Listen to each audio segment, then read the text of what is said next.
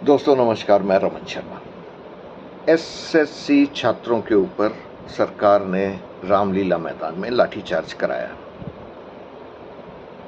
जैसे अंग्रेज भारतीयों पे कराते थे। क्यों कराया? छात्रों के ऊपर, युवा वर्ग के ऊपर। वो तो जायज मांग कर रहे थे और शांति के साथ थे।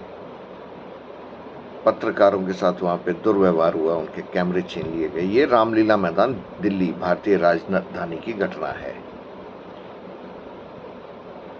दूसरा, नेता विपक्ष की बिहार रैली में लाइट काट दी गई। सुरक्षा चूक भयंकर तरीके की है। इतना डर गए मोदी। छात्रों पर प्रहार, नेता विपक्ष पर प्रहार। ऐसा क्या किया नरेंद्र मोदी ने जिसको छुपाने के लिए सत्ता मोह में फंसे हुए?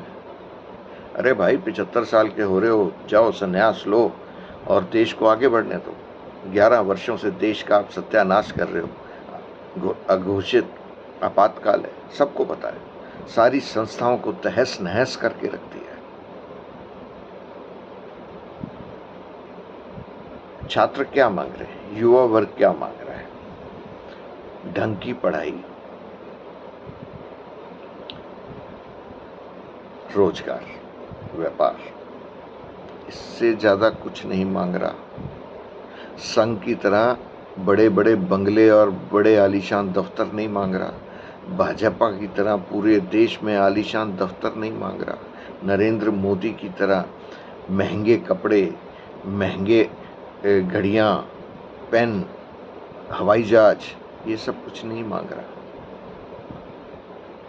वो अपनी मेहनत से पैसा कमाना चाहता है। नरेंद्र मोदी की तरह नहीं मुफ्त में पलना चाहता। अगर नरेंद्र मोदी चुनाव हार गया, इसका हश्र विपक्ष क्या करेगा ये भी नहीं जानता, क्योंकि घोटाले इतने हैं, अपराध इतने हैं। इन सब की अगर जांच हुई, सलीके से जांच हुई, ईमानदारी से निष्पक्ष जांच हुई, 2 साल में इसके खिलाफ मुकदमे का भी फैसला आ जाएगा। इतने सबूत हैं।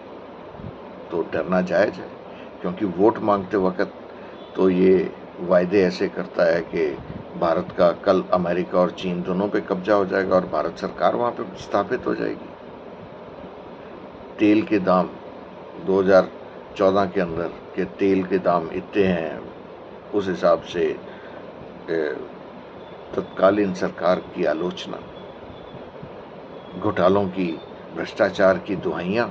और आज इसके खुद के शासन के अंदर क्या हो रहा है? भ्रष्टाचार के सारे रिकॉर्ड टूट चुके हैं। राष्ट्रीय मीडिया उसकी चर्चा तक करते हुए डरता है। आप कचहरी में चले जाइए, किसी बड़े अधिकारी या नेता के खिलाफ मुकदमा है तो उसकी सुनवाई तक होना मुश्किल है। यानी वो सब हो रहा है जो आपातकाल में क्या एक तानाशाह करता है।